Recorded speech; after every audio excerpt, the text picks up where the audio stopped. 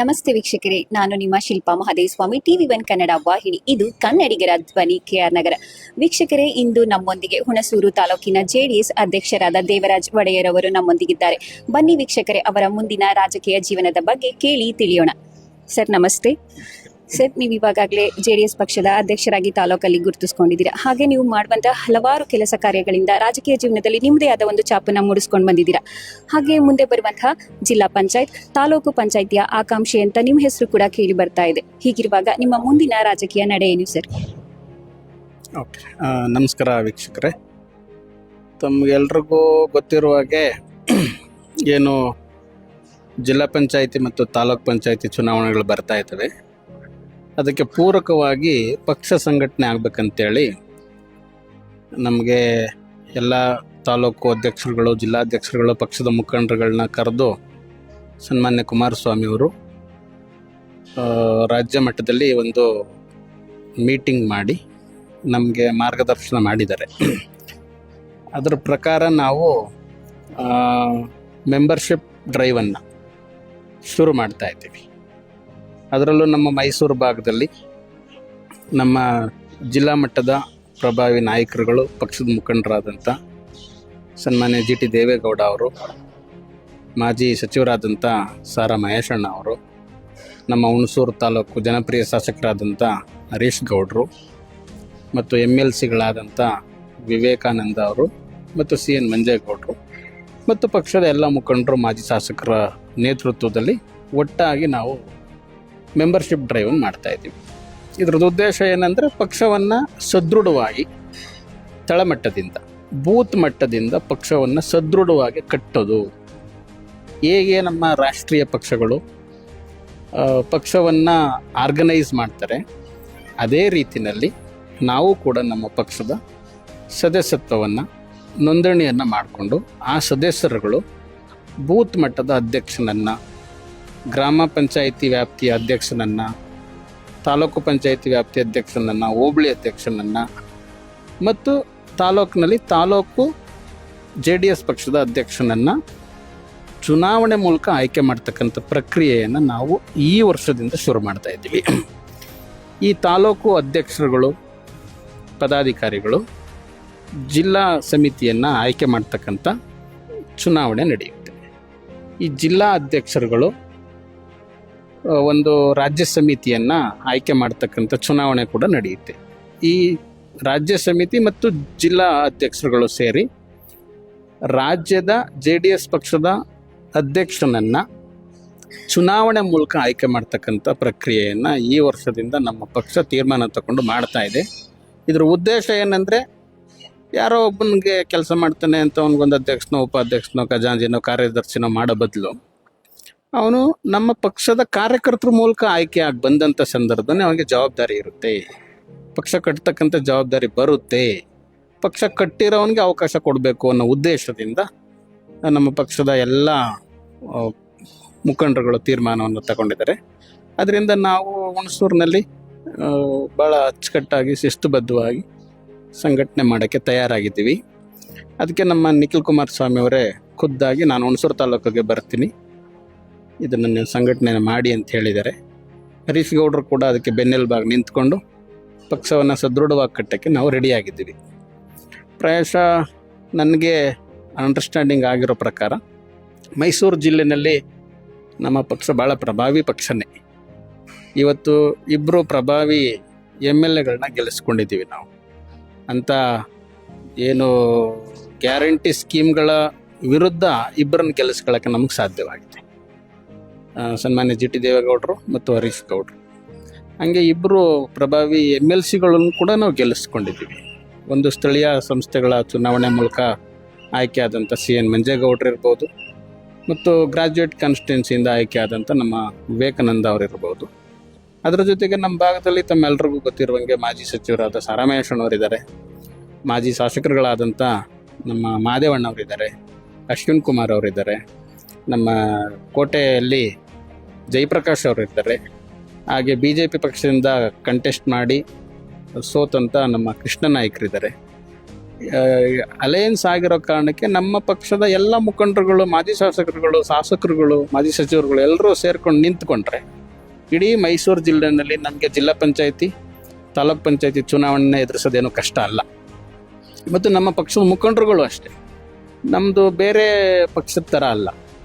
ನಮ್ಮ JDS ಪಕ್ಷನೇ ಬೇರೆ ಥರ ಅಂದರೆ ಕೇಡರ್ ಬೇಸ್ಡ್ ಪಕ್ಷ ಇದು, ಜನಸಾಮಾನ್ಯರ ಪಕ್ಷ ಇದು, ರೈತರ ಪಕ್ಷ ಇದು, ಮಹಿಳೆಯರ ಪಕ್ಷ ಇದು, ಹಿಂದುಳಿದವ್ರ ಪಕ್ಷ ಇದು, ದೀನದಲಿತರ ಪಕ್ಷ ಇದು.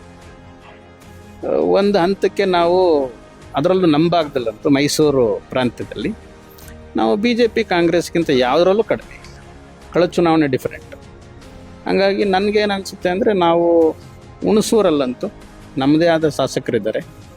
ಅವರು ಚುನಾವಣೆಗಳನ್ನ ಭಾಳ ಯಶಸ್ವಿಯಾಗಿ ನಡೆಸಿ ಅನುಭವ ಇದೆ. ತಮ್ಮ ತಂದೆಯವ್ರನ್ನ ಮುಖ್ಯಮಂತ್ರಿಗಳ ವಿರುದ್ಧ ಗೆಲ್ಲಿಸ್ಕೊಂಡಂಥ ಹೆಗ್ಗಳಿಕೆ ಇದೆ. ಮತ್ತು ಇಲ್ಲಿ ಕೂಡ ಭಾಳ ಚಾಲೆಂಜಿಂಗ್ ಆಗಿ ತಗೊಂಡು ಮೊದಲನೇ ಸಲನೇ ಪಕ್ಷದಲ್ಲಿ ಗೆದ್ದಿದ್ದಾರೆ. ಅವ್ರಿಗೆ ಪಕ್ಷದಲ್ಲಿ ಅವ್ರದ್ದೇ ಆದ ಹೆಸರಿದೆ. ಮತ್ತು ನಮ್ಮ GT ದೇವೇಗೌಡರು ಹುಣಸೂರಿನಲ್ಲಿ MLA ಆಗಿ, ಮಾಜಿ ಸಚಿವರಾಗಿ ಅನೇಕ ಒಳ್ಳೆ ಕೆಲಸಗಳನ್ನ ಮಾಡೋದ್ರ ಮುಖಾಂತರ ಇಲ್ಲಿ ಮೈಸೂರು ಜಿಲ್ಲೆಯಲ್ಲಿ ಪ್ರಭಾವಿ ಇದ್ದಾರೆ. ಇವ್ರದ್ದೆಲ್ಲರದ್ದು ಮಾರ್ಗದರ್ಶನದಲ್ಲಿ ಮತ್ತು ಸಾರಾ ಮಹೇಶಣ್ಣವರು ಕೂಡ KR ನಗರದಲ್ಲಿ ಸತತವಾಗಿ 3 ಸಲ ಗೆಲ್ಲೋದ್ರ ಮುಖಾಂತರ ಕೊಡಗಿನಲ್ಲಿ ಉಸ್ತುವಾರಿ ಸಚಿವರಾಗಿದ್ದಂಥ ಒಳ್ಳೆ ಕೆಲಸಗಳನ್ನ ಮಾಡಿ ಅವರು ಹೆಸರು ಮಾಡಿದ್ದಾರೆ. ಹಾಗಾಗಿ ನಮಗೆ ಮಾರ್ಗದರ್ಶನಕ್ಕೂ ಕೊರತೆ ಇಲ್ಲ, ನಾಯಕತ್ವಕ್ಕೂ ಕೊರತೆ ಇಲ್ಲ, ಸಂಘಟನೆಗೆ ಬೇಕಾದ ಎಲ್ಲ ಸೌಲಭ್ಯಗಳು ಇದೆ. ಅದ್ರ ಜೊತೆಗೆ ನಮ್ಮ ಪಕ್ಷದ ಹೈಕಮಾಂಡ್ ಕುಮಾರಣ್ಣವರು ಸೆಂಟ್ರಲ್ ಮಿನಿಸ್ಟರ್ ಇದ್ದಾರೆ. ಏನು ಬೇಕು ಎಲ್ಲ ಮಾರ್ಗದರ್ಶನ ಮಾಡ್ತಾರೆ. ಎಲ್ಲ ಯುವಕರು, ಎಲ್ಲ ಸಮಾಜದ ಯುವಕರು ಒಪ್ಕೊಳ್ತಕ್ಕಂಥ ವ್ಯಕ್ತಿತ್ವ ಇರತಕ್ಕಂಥ ನಿಖಿಲ್ ಕುಮಾರಸ್ವಾಮಿ ಇದ್ದಾರೆ. ಮತ್ತೇನು ಬೇಕು ನಮಗೆ?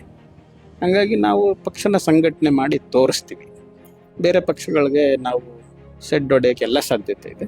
ಅದ್ರ ಜೊತೆಗೆ BJP ಜೊತೆಗೆ ನಮ್ಮದು ಅಲಯನ್ಸ್ ಇರೋದ್ರಿಂದ ZPTP ಆಕಾಂಕ್ಷಿಗಳು ಸಂಖ್ಯೆ ಜಾಸ್ತಿ ಇದೆ.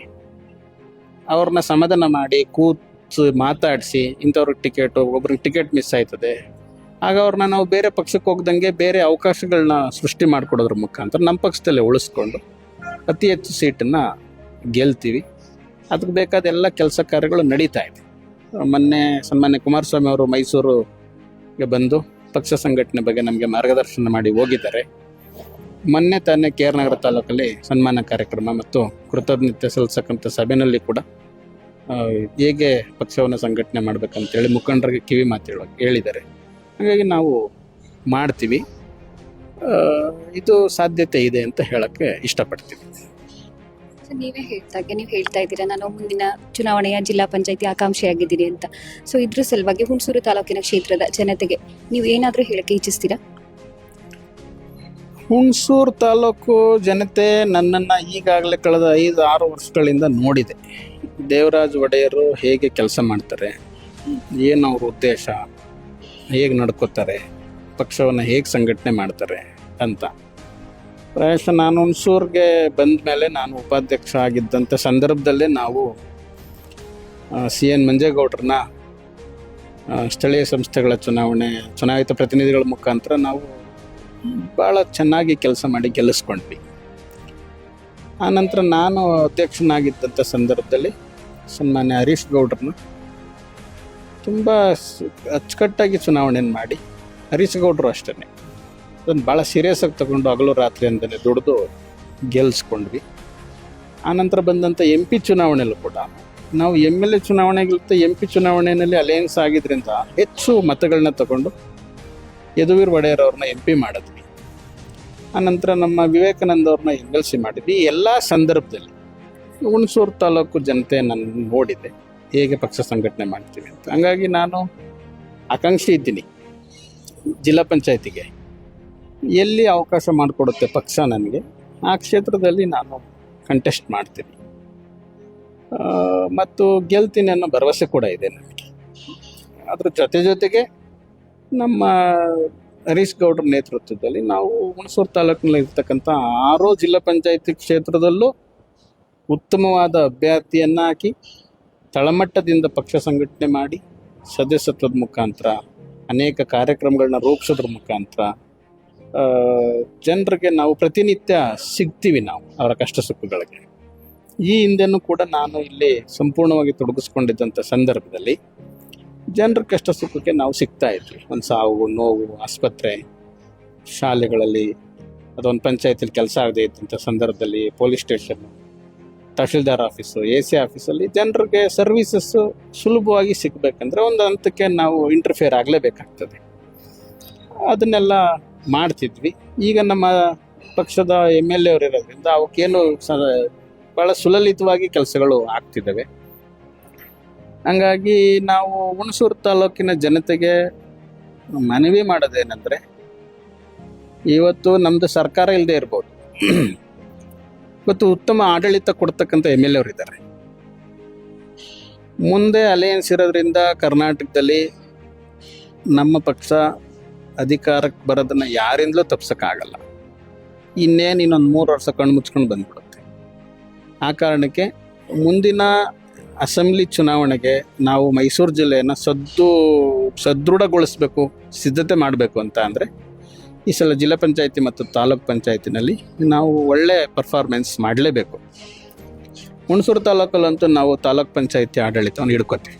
23 ಕಾನ್ಸ್ಟಿಟ್ಯೂನ್ಸಿಲಿ 15ಕ್ಕಿಂತ ಹೆಚ್ಚು ಕಾನ್ಸ್ಟಿಟ್ಯೂನ್ಸಿನ ನಾವೇ ಗೆಲ್ತೀವಿ. ಇನ್ನು ಮೈಸೂರು ಜಿಲ್ಲೆನಲ್ಲಿರ್ತಕ್ಕಂಥ 46 ಕ್ಷೇತ್ರ ಇರಬೇಕು. ಅದರಲ್ಲಿ ನಾವು 25-30 ತನಕನೂ ಕ್ರಾಸ್ ಆಗ್ತೀವಿ. ಏಕೆಂದರೆ ಎಲ್ಲ ಕ್ಷೇತ್ರಗಳಲ್ಲೂ ಸೋತಿರ್ತಕ್ಕಂಥ MLAಗಳಿಗೆ ಪಕ್ಷ ಸಂಘಟನೆ ಮಾಡಬೇಕಾದ ಅನಿವಾರ್ಯತೆ ಇದೆ.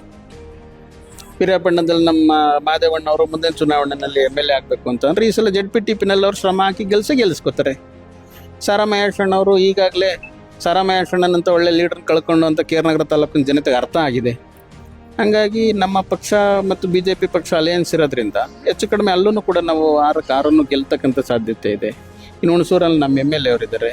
ಕೋಟೆನಲ್ಲಿ ಕೃಷ್ಣ ನಾಯ್ಕರು ಸಂಘಟನೆ ಮಾಡಿ ಮತ್ತು ಜಯಪ್ರಕಾಶ್ ಅವರಿಬ್ಬರು ಜೊತೆಯಲ್ಲಿ ಹೋಗ್ಲಿಕ್ಕೆ ಅವರು ತಯಾರಾಗಿರೋದ್ರಿಂದ ಕೋಟೆಲನ್ನು ಒಳ್ಳೆಯ ಸೀಟ್ಗಳನ್ನ ಗೆಲ್ತೀವಿ ನಾವು. ಇನ್ನು ನಮ್ಮ GT ದೇವೇಗೌಡರ ಪ್ರಭಾವ ತಮ್ಮೆಲ್ಲರಿಗೂ ಗೊತ್ತಿದೆ. ಅವರು ಚುನಾವಣೆ ನಡೆಸೋದ್ರಲ್ಲಿ ನಿಸ್ಸೀಮರು. ಅವರು ಕೂಡ ಅತಿ ಹೆಚ್ಚಿನ ಸೀಟನ್ನು ನಮ್ಮ ಪಕ್ಷದ ಅಭ್ಯರ್ಥಿಗಳನ್ನೇ ಗೆಲ್ಲಿಸ್ಕೊಳ್ತಾರೆ. ಇನ್ನು ನಮ್ಮ ಅಶ್ವಿನ್ ಕುಮಾರ್ ಇರ್ಬೋದು, ಗೆಲ್ತೀವಿ. ಹಂಗಾಗಿ ನನಗೇನು ನಂಬಿಕೆ ಇದೆ ಅಂದರೆ, ಮೈಸೂರು ಜಿಲ್ಲಾ ಪಂಚಾಯತಿ ವ್ಯಾಪ್ತಿನಲ್ಲಿ ಹೆಚ್ಚು ಜಿಲ್ಲಾ ಪಂಚಾಯತಿ ಅಭ್ಯರ್ಥಿಗಳನ್ನ ಗೆಲ್ಲಿಸ್ಕೊಂಡು ಜಿಲ್ಲಾ ಪಂಚಾಯತಿ ಅಧ್ಯಕ್ಷ ಸ್ಥಾನ, ಉಪಾಧ್ಯಕ್ಷ ಸ್ಥಾನವನ್ನು ನಮ್ಮ ಪಕ್ಷದವರೇ ಅಥವಾ ನಮ್ಮ ಅಲಯನ್ಸ್ ಟೀಮೇ ಆಗೋದ್ರ ಮುಖಾಂತರ ನಾವು ಆಡಳಿತವನ್ನು ನಡೆಸ್ತೀವಿ. ಏನು ರಾಜ್ಯ ಸರ್ಕಾರ ಇದೆ ಅದು ನಡೆಸ್ತಾ ಇರತಕ್ಕಂಥ ದುರಾಡಳಿತದ ವಿರುದ್ಧ ಹೋರಾಟ ಮಾಡೋಕ್ಕೆ ನಮಗದೊಂದು ಮೆಟ್ಟಿಲು. ಆ ಅವಕಾಶವನ್ನು ನಾವು ಉಪಯೋಗಿಸ್ಕೊತೀವಿ. ಅದಕ್ಕೆ ನಮಗೆ ಸನ್ಮಾನ್ಯ ಮಾಜಿ ಪ್ರಧಾನಮಂತ್ರಿಗಳಾದಂಥ HD ದೇವೇಗೌಡ ಸಾಹೇಬರು ಮಾರ್ಗದರ್ಶನ ಇದೆ. ಕುಮಾರಣ್ಣವರು ಸೆಂಟ್ರಲ್ ಮಿನಿಸ್ಟರ್ ಇದ್ದಾರೆ, ಅವರು ಮಾರ್ಗದರ್ಶನ ಮಾಡ್ತಾರೆ. ಇದರೆಲ್ಲವನ್ನು ಬಳಸ್ಕೊಂಡು ನಾವು ಮೈಸೂರು ಜಿಲ್ಲೆಯಲ್ಲಿ ಪಕ್ಷವನ್ನು ಸದೃಢವಾಗಿ ಕಟ್ಟಕ್ಕೆ ನಾವೆಲ್ಲರೂ ತಯಾರಿದ್ದೀವಿ. ಮತ್ತು ನಮ್ಮ ಪಕ್ಷದ ಕಾರ್ಯಕರ್ತರಂತೂ ಎನಿ ಟೈಮ್ ರಾತ್ರಿ 12 ಗಂಟೆಗೆ ಹೋಗೋರು ಬರೋಕ್ಕೆ ರೆಡಿ ಇರ್ತಕ್ಕಂಥ ಕಾರ್ಯಕರ್ತರಿದ್ದಾರೆ. ಇಂಥ ಅದ್ಭುತವಾದಂಥ ಕಾರ್ಯಕರ್ತರಿರ್ತಕ್ಕಂಥ ಪಕ್ಷವನ್ನು ಗೆಲ್ಲಿಸ್ತೀವಿ. ಧನ್ಯವಾದ ಸರ್. ನೋಡಿದ್ರಲ್ಲ ವೀಕ್ಷಕರೇ, ಹುಣಸೂರು ತಾಲೂಕಿನ JDS ಅಧ್ಯಕ್ಷರಾದ ದೇವರಾಜ್ ಒಡೆಯರ್ ಅವರ ರಾಜಕೀಯದ ಮುಂದಿನ ನಿಲುವನ್ನ ಕ್ಯಾಮ್ರಾಮನ್ ಚಂದ್ರು ಜೊತೆ ಶಿಲ್ಪಾ ಮಹದೇವಸ್ವಾಮಿ, TV1 ಕನ್ನಡ ವಾಹಿನಿ. ಇದು ಕನ್ನಡಿಗರ ಧ್ವನಿ, KR ನಗರ.